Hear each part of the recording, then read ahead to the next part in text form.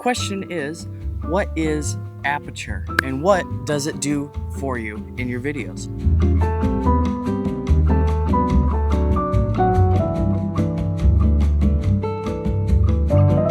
Well, as you can see in our little demonstration video, the higher your f-stop is, the less bokeh or the less blur there is going to be in the background. So the lower the number, the more of that beautiful bokeh blur there is, and it just looks so much better.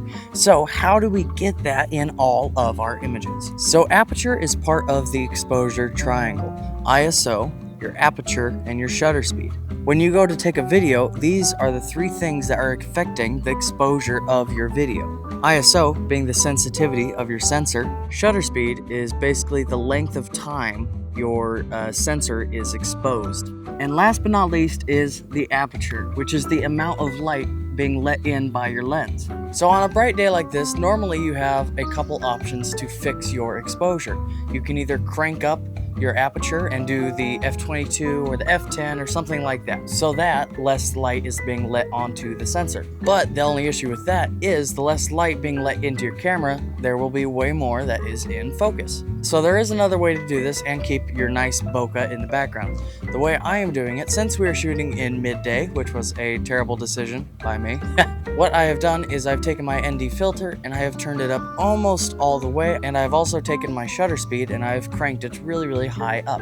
Of course, that is not going to give me the cinematic feel of 24 frames per second, but sometimes you have to do what you gotta do to make your image correctly exposed. Because at the end of the day, the most important thing is getting your image exposed correctly, because you can always use a clip that has weird settings if it's correctly exposed. But if your image is so far blown out that you can't see anything, why'd you even shoot it? So getting your exposure is way more important than getting the perfect cinematic settings. So if you want your aperture to stay really low, but it's really bright out, that's where the exposure triangle comes in, because there are multiple ways for your image to get exposed properly.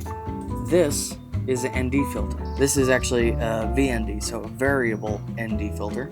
And what the variable ND filter is I can twist it like so, and it gets darker and lighter, which is really cool.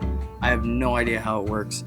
I should probably look that up because it is mind-blowing.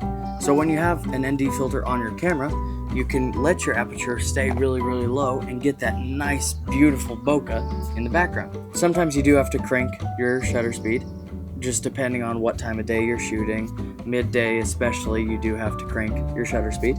But at the end, that's okay. A lot of people do that, and it's totally okay.